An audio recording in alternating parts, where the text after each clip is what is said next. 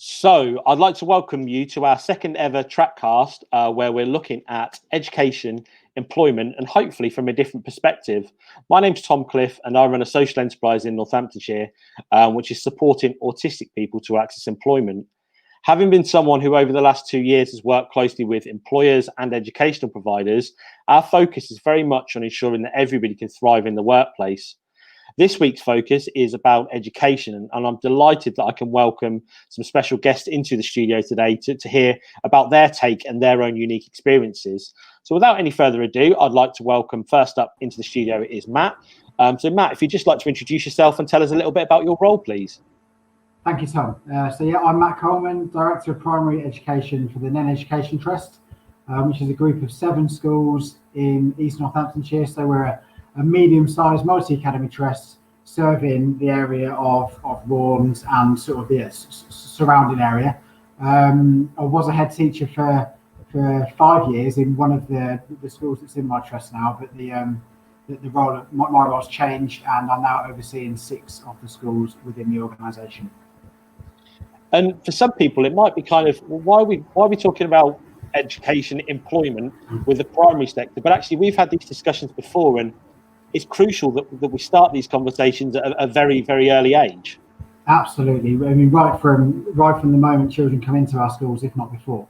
I think my view is quite straightforward around how do we prepare our young people for the world that they're going into. Well, as educators, we play a hugely important role in that. And my simple answer in many ways is around making sure our curriculum is absolutely tailored to meet the changing needs of the world that these children are moving into. So by linking up with employers, talking to businesses, and trying to ascertain actually what skills and knowledge do our young people coming into a business actually need when they hit the workplace. And as you say, we need to be doing this right from a young age. And to put it into context, we're filming this in June 2020. In the middle of what is a global pandemic. I talked in episode 1 about the fact that at school nobody taught us particularly how to cope with a pandemic. But actually, like you keep mentioning there, that word skills keeps coming up, and actually there's so much more to a curriculum these days than English and maths, and that's something which I know you're really, really keen on. Yeah, absolutely. I think I'm not just keen. I am really keen on that, but I think curriculum has to be much bigger than just English and maths, as you say. I'm quite happy to share my frustrations around the almost Victorian-esque education system that we still seem to function in a very much dynamic, diverse 21st century world. I still feel that often we're very backwards looking, and the small sort of impact that I can have within the schools that I work in will be massively focused on, yes, English and maths, of course, they are core skills, they're fundamental skills that young people need to have. But you can see on the banner behind me, developing character. Understanding people and young people as individuals is key, and the uniqueness of everybody, and making sure that we get our sort of the what of our curriculum and the why, so the intent, is aligned with the future. I think you and I have had this conversation before, Tom, around the fact that 80% of our children who start school. So I've got a daughter who is 5 years old. 8 out of 10 of her classmates, 80% of those children, when they get their first job, whether they're 19, 20, 21, whatever, that job doesn't currently exist at the moment. So we're talking a handful of years down the line, and the world is moving really quickly, and we have a duty within education to not just keep up with that, but to change our outlook, I think.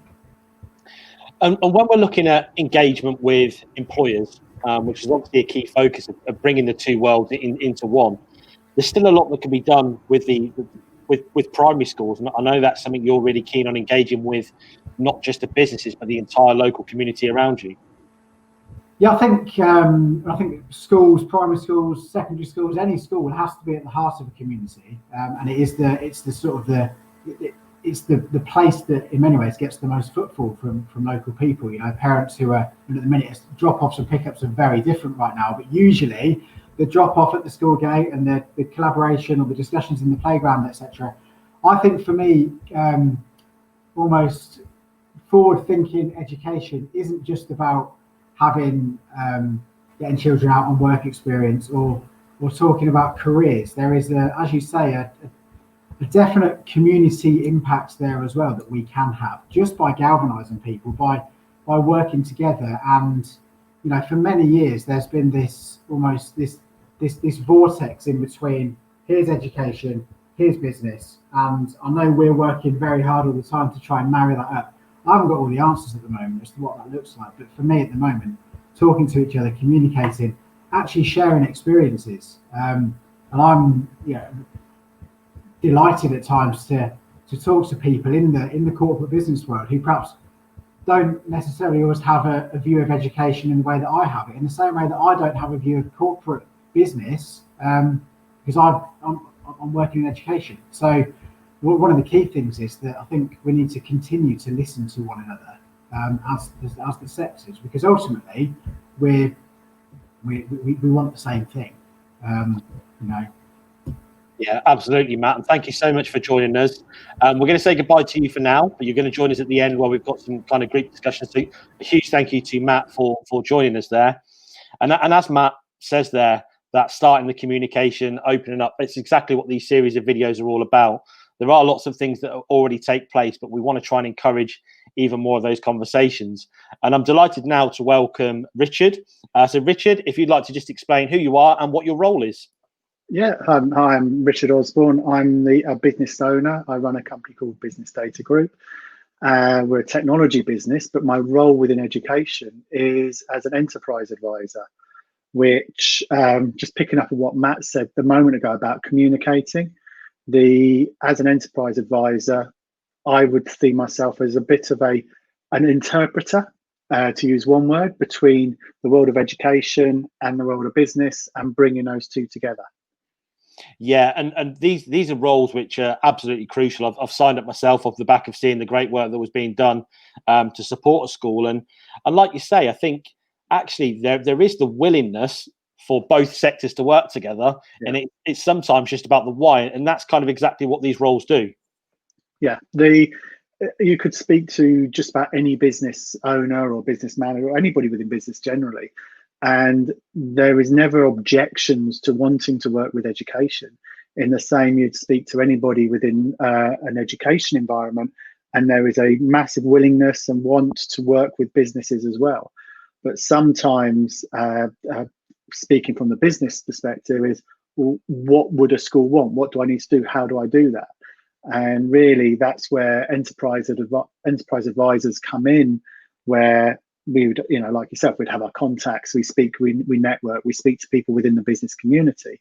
And when we have those conversations, we can bridge those links into school and bring enterprise into help the school bring enterprise into the curriculum. And absolutely. And as a business owner yourself, you can see the benefits. This isn't kind of just a nice thing to do. There are benefits to you as an employer as well, whether it's your current workforce or the workforce of the future, that actually these links together. And I know as an employer, you're completely open to looking at a diverse range of candidates, and actually finding the right person for the right job is crucial to you. Yeah, it is. And gone are the days, I would say, where you're applying for a job, you read the job section of your newspaper, and you go around, you draw circles around each relevant, just showing the age of it here, but you draw each circles around who you're going to write, and you write up a letter of handwritten, because that's the way it had to be, and you'd post out your CV and hope to listen. And whether you was going to get the job or not was decided just on your exam results. Employers are now looking for much more diverse skill sets, because the changing world is around us. What skills need, for example, social media marketing. When I was starting my working career, social media, in fact, the internet didn't really exist back then, let alone social media. And it's more about those soft skills, what have you done? What have you done outside? Your exam results are great, but what else, what has been your work experience? What have you done that's shown what character you have? and sort of what's your resilience. Those are sort of the different skill sets that employers are looking for. And I know we've had this chat before that actually when you're looking for people, like you say, it's those skills outside. So yes, somebody might have a degree, but actually you want to see people who've got a passion, whether it be for programming or a particular language or a particular skill, that they've gone out and really explored themselves. And I think sometimes young people seeking jobs forget that, because it's kind of, well, it's not, I've not got a qualification in it. However, I have built my own game, or I've designed my own database, and that is key. Yeah, and that's really where businesses going into schools can make a difference, because teachers do a fantastic job, but sometimes some teachers haven't come from a world of commerce in a business. They may have gone through school, high school, further education, gone into university, studied teaching, and then gone into teaching, and they've not experienced like business and the way that businesses operate outside of an education environment. So having somebody coming into the school who has worked within business themselves and speaking to the students, getting involved with various projects that the schools, whether anything from interviewing techniques to just talking about your business, talking about what it is you do, and then sharing what you look for as an employer when you're looking to recruit people within your business, just makes it real for the students. So if they want to be a programmer, what is it that a company, a software development company, looks for? If I want to be a security guard, if I want to be Premiership footballers back in the day, whatever, it actually doesn't matter what it is you want to do, but how do you translate this maths test and this English test, science, whatever, these lessons you're studying, how does that translate into a real world example of what you do when you get a job, when you start your own business, whatever it does? And to have businesses go into school, which, as I say, with my role as an EA, has helped to bridge those connections, then it makes it real for the students.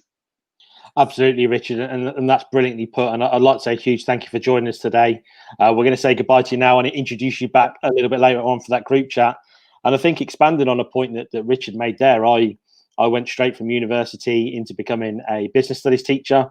The first question the kids would always ask me is, well, if you're any good at business, why aren't you running your own business? And it's a fair question, really, in a sense. And I think kind of looking at different experiences and bringing people in is key. And as Richard pointed out, the links of getting people in to talk is crucial. So my next guest I'm delighted to welcome is Stacey. So Stacey, huge thank you for joining us. If you'd just like to introduce yourself and say a little bit about your current role.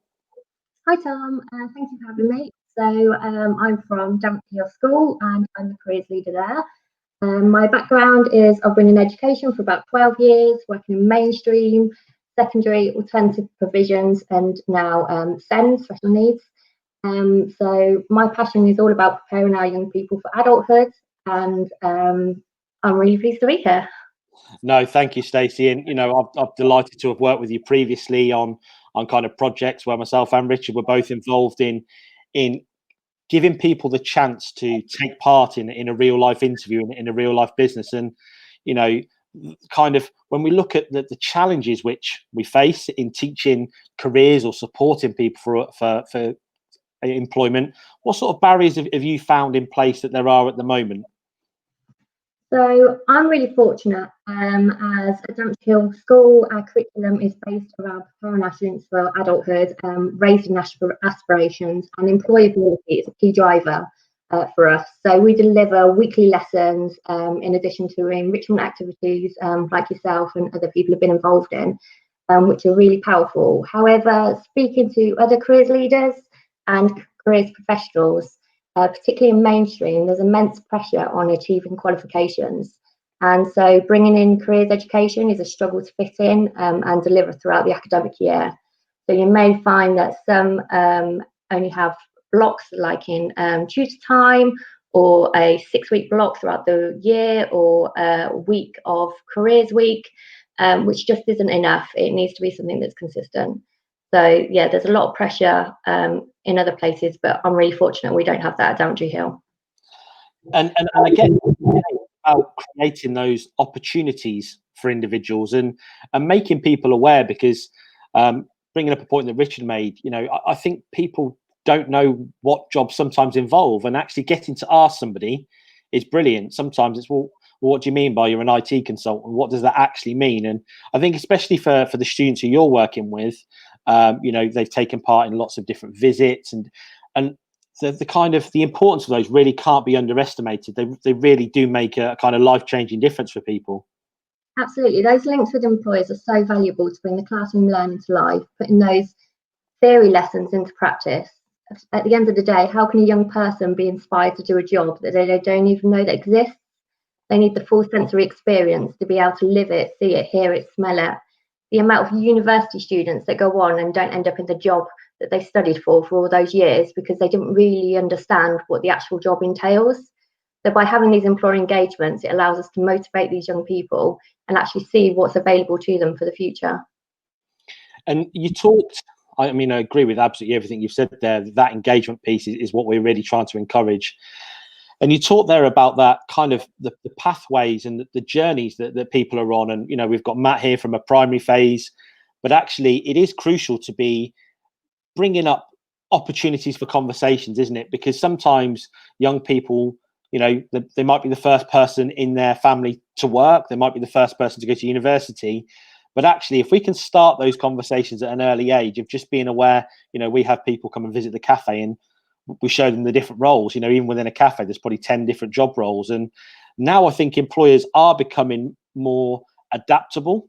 We've seen in the last few weeks that jobs we were told we couldn't do from home, we can. And that's something which I think gives us encouragement for the future for the young people that we're working with.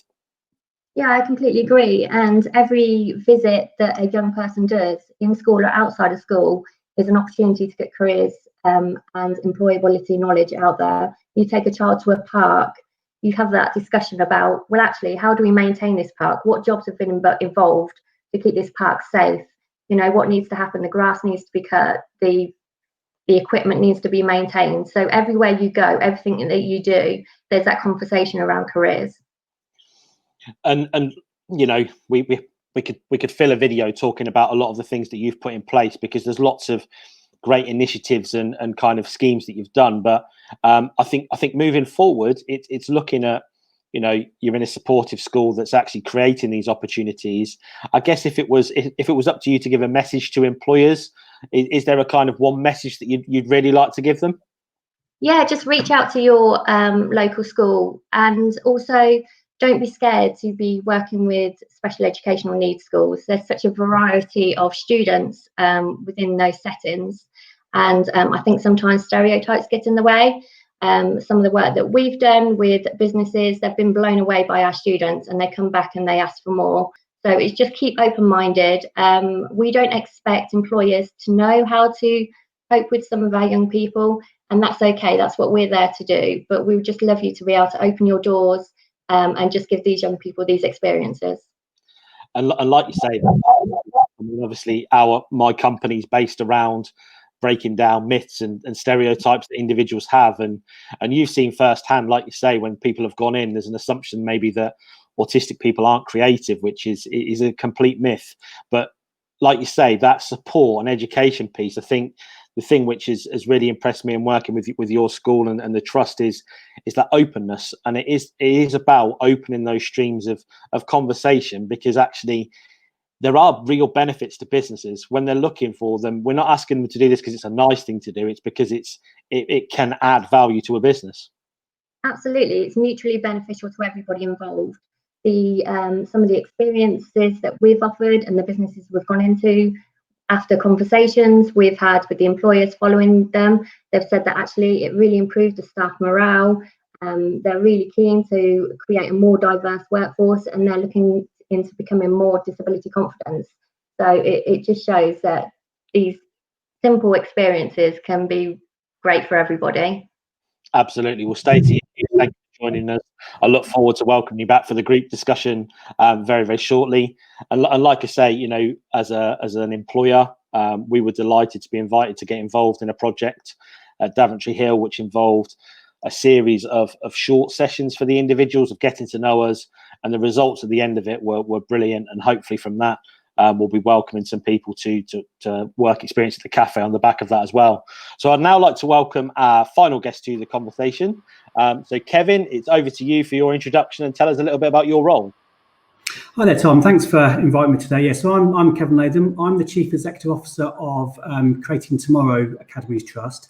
Happens to be a trust of 3 special schools at present, one of the schools being Devonshire Hill, that you're fully aware of, and then Isbrook in Kettering and Wren Spinney in Kettering. We're, as I said, a trust of special schools, and at the heart of everything we do is that focus on careers and employability. It comes through from that preparation for adulthood, as Stacey talked about. My role as the CEO is to oversee what's happening and what's in place, and to make sure that student journey coming through from beginning, from entries in our year 7 or reception in Devonshire Hill, right through to adulthood, prepares them and gives them the best chance for next steps in life. Yeah, and you mentioned there it's special educational needs provision, and sometimes talk of employment, employability, careers isn't taking place. And actually that's why I've been delighted to be having conversations with you, because there's this conversation that, sometimes people hear the word employment and there's a fear, there's another transition, there's a change, but actually employment's changing. It doesn't have to be 40 hours a week, 9 till 5. And there are so many young people who you see day in, day out that can go on and add value, not only for themselves, but also to the business and the wider community. Definitely. We talk lots about, don't we, about the skills, the ability of our young people. Lots of people talk about disability. We talk about differently able is the best way to describe it, isn't it? And you talk about that quite a lot as well. Our young people are just really, really employable. They're dedicated to what they do. They want to take a part in the wider society around them. And it's something to pick up later, maybe, some of the concepts that Matt talked about and Richard talked about around that development of the community. That's what we try and do, and what that develops in our young people is that sense they want to be part of something bigger. They have a skill, they want to be able to give back to society as well. You talk about some of the barriers that are there as well, and it's that perception. We're dealing with perceptions the whole time, aren't we? Breaking down the nervousness of employers to give our young people a chance, because once they're given a chance, they fly and run with it, and that's it. Often you have a person who's employed for life then. Yeah, and again, it comes down to the value that we're adding to businesses, because you talk about that journey in the pathway, and I think what's impressed me with the trust is that at every step of looking for opportunities to further people's experience, and that might be a workplace visit. For the time being, it might be Zoom chats with different employers because of the situation we find ourselves in. But actually, also what you're looking at is not just that transition to the end of school. It's what happens next. So it's not just a case of, success for you isn't measured in where they're at 18 or 19 when they leave school. It's actually measured throughout what they go on to do next.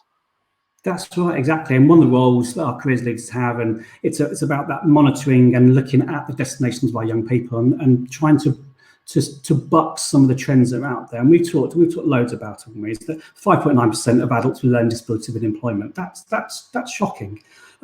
We as a trust feel very strongly that we have the skills and we're in the right position to do something about that and change that, working wider with the community, and that working with business as well, to change the point of view, change the attitude towards people with disabilities. Because we know that what we're doing with our focus on, as Stacey said, that focus on preparation for adulthood with careers at the heart of that, it supports our young people to be able to develop those skills that Richard talked about, transferable skills, that make them such an employable young person. We have a range of different experiences, as you said, so it could be just an experience of chatting to someone through a Zoom meeting, through to supported interns where young people are in that world of work for that year and gaining a job at the end of it. And we're coming out at the moment with 75 to 80% success rate of meaningful employment. That's a lot better than 5.9%. And we're just one trust trying to do that. So there's lots of good practice around there. And we've all got employability at our heart, I feel. And I think at special schools, we're very well placed to do these things because we don't have to focus purely on that, as Matt said, that Victorian endpoint of trying to get those exams for university. It's very different. The whole person is really important to us. And you mentioned there about opportunities from a 10-minute chat right the way through to supported internships. And I think the key message there to employers is that you're open to form meaningful partnerships. This isn't a kind of, we want you to do this, we want you to do it. It's actually looking at how you can work together and almost tailoring that package, again, fitting the right employer in with the right student, with the right groups of students. Yeah, most definitely.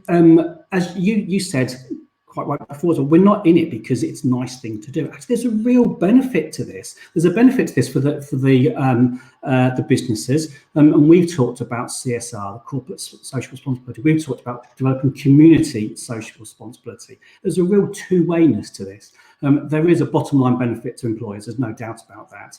If we can match our young people with the right employers, and that's where the skills of the careers and the careers enterprise, our careers leaders and schools comes in, to match the young person to the job, to match the young person with their skills to the employer, it has a huge, huge benefit.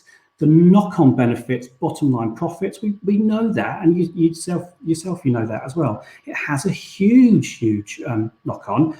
Overall, it benefits the government and the coffers as well that we're all paying tax into.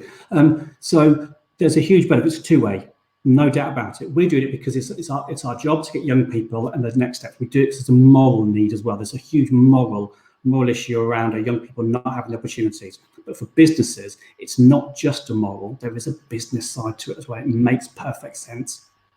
Absolutely. Well, a huge thank you for joining us, Kevin. We're going to say goodbye to you quickly, and then we're going to shortly invite you back in. But just to kind of round up those individual Q&As, I want to say a huge thank you to everyone who's joined us today, and hopefully you can see the passion from people in different roles. It's all about young people and how we work together. This isn't here's what I do and this is great. It's actually how we work as a collective to add even more value. So what I'm now going to do is I'm going to invite everybody back into the studio.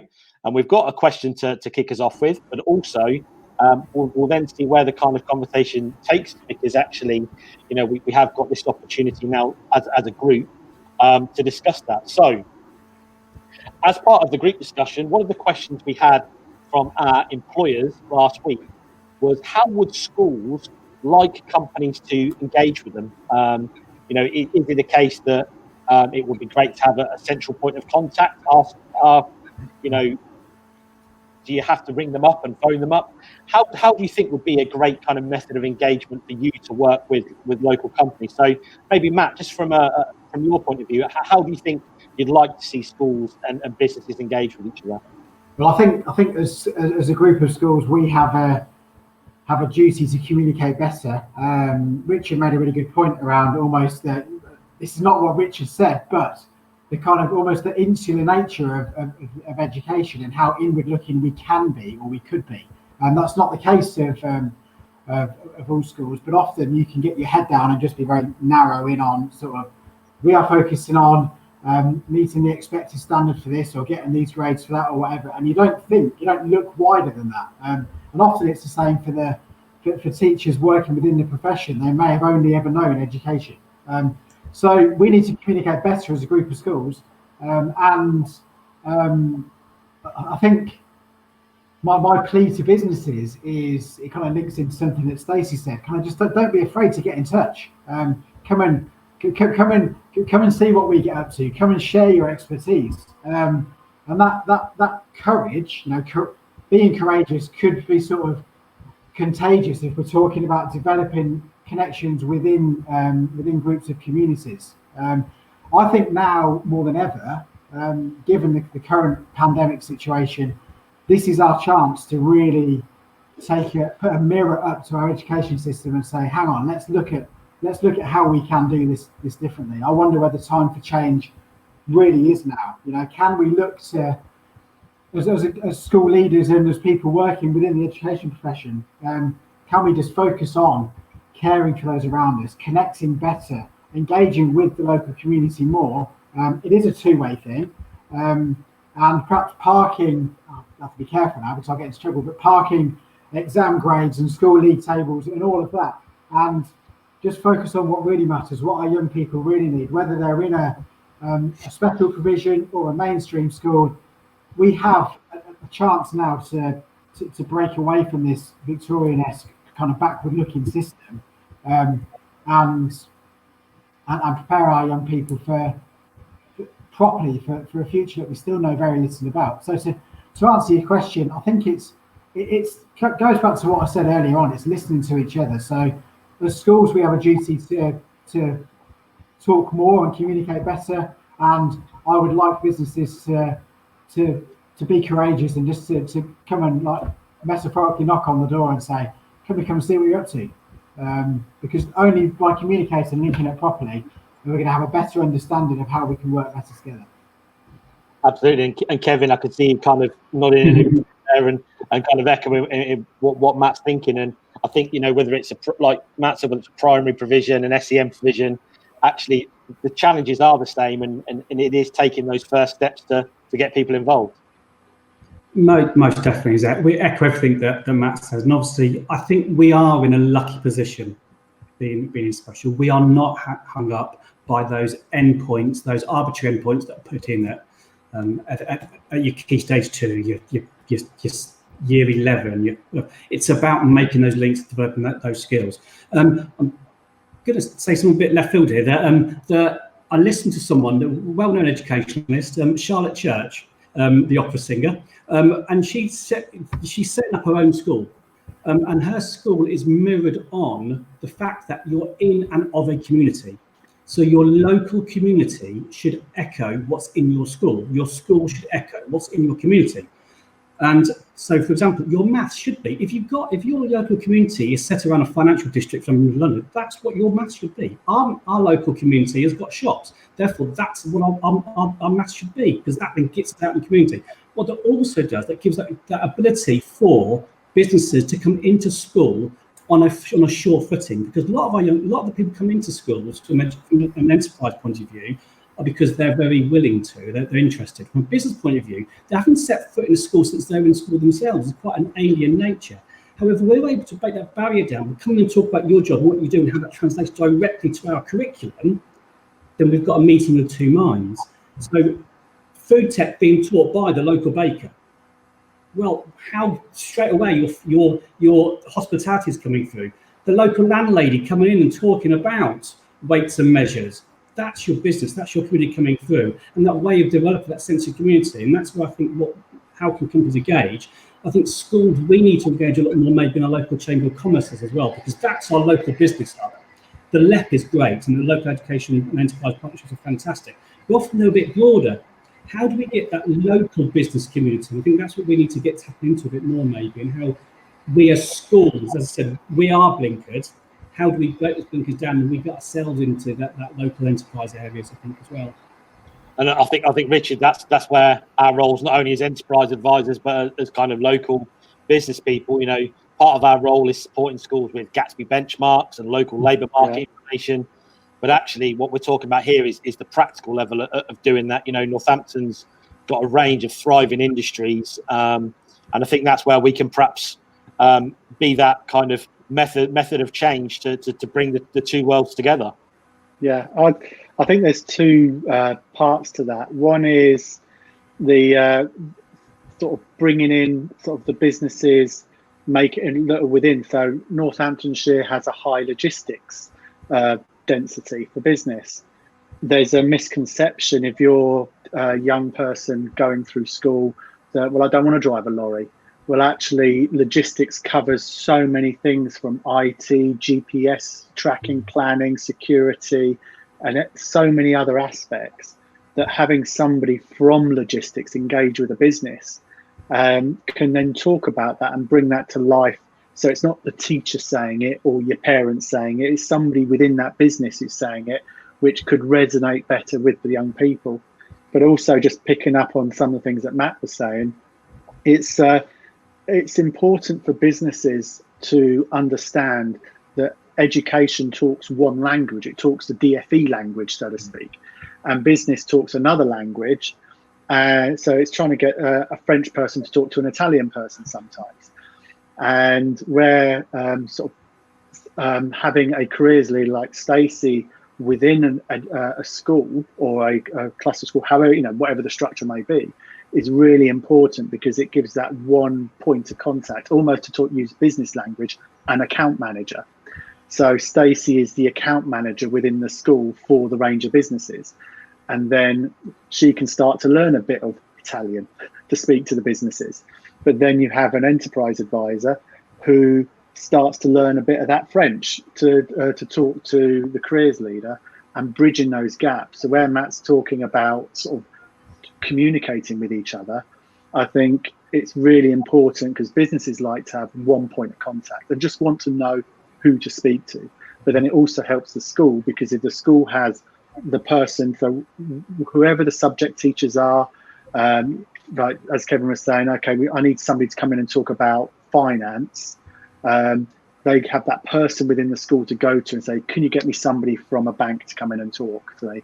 And that careers leader, through their links with an enterprise advisor or with the various businesses built up, knows where to go.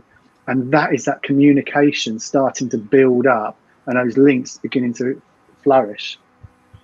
Yeah, and Stacey, I know we've met each other at various different events, and I went from the education world into the employment, and it is completely different from networking events and award ceremonies, which people are invited to. But there is, the Northampton Logistics Forum at their annual awards. They wanted representatives from employment from education, to be there, and like you say, you must have kind of in your role seen that difference sometimes of the way in which groups of people even just communicate with each other. Yeah, it's been a big learning curve from going from being a teacher to a careers lead. It is actually learning and knowing about the two different sectors, education and business, and like Richard was saying, the translation between the two, and then marrying them up together. So if there's any people out there that don't know how to get involved with the careers leads of their local school, then it's now a statutory requirement. If you go onto the school's website, it should have on there the careers leaders' contact details so that you can get in touch with them directly. STEMLab and the enterprise advisors have been absolutely amazing, and they make this job possible, to be honest, because it's another whole new world, the world of business. And yes, I'm loving it, but it's also a little bit daunting. It's ever changing, it goes so fast. Trying to keep up with it all constantly is a full-time job. But yeah, it's great having like yourself and Richard and other enterprise advisors out there that can help with the translation. And as you say, constantly changing, and at the moment, I think we're all learning new ways every single day. I think one of the other questions before I kind of open it up to any points that you'd like to make. One of the other questions, which I know, Kevin, this is something that you're really keen on, is encouraging education providers to buy local. And it was a point that Ben Thomas made from All Things Business, and actually by having that buy-in, is then the local cleaning company has the contract. They also come in, and I think that's something which kind of like you say, Kevin, that's something that you try and do already. Yeah. So as the trust, our whole point is developing community and working within the area we work within. And for those that links to business, you've got the links to business that support us as a school. But also, we need to play our part as well. And actually, we need to be putting back into the community and local areas, such as keeping the money local as well. These are the people. This is the community we're working in. So let's work with our community and give in our little way, trying to keep the wheels run local to us. So use the buying local, keep it local as much as possible. Everyone knows about food miles and keeping your food local as well. But your local purchasing, we try and keep as much as we can do local, keep the costs down. But also what that does, another way, it gets people into our school that wouldn't necessarily be there, which then creates the opportunity for greater working. So for example, with our cleaning companies, we have a young person now who last year worked cleaning in one of our schools through getting the cleaning company and seeing that actually our young people can do these things, and they've got a job working through. So it's a two-way thing, but mainly about supporting our local produce, local workers, local communities, and that keeping local to us is really important. And I guess, Matt, that goes for you as well as a somebody who it's always to talk about the local community, and it's specific to your area. Yeah, absolutely. I mean, to go back to the curriculum that we focus on is very much sort of localized, sort of individual school context, but also we've got the luxury of having a group of schools who are within an 8-mile radius, so we are on the same patch. So in many ways, the focus is very local. Just to sort of follow on from what Kevin said there around being sort of making sure you're engaged fully with the local community. So for me, schools, again, I think I said it earlier, schools should be the heartbeat of a community. We get the footfall all the time. You get parents, grandparents, aunties, uncles.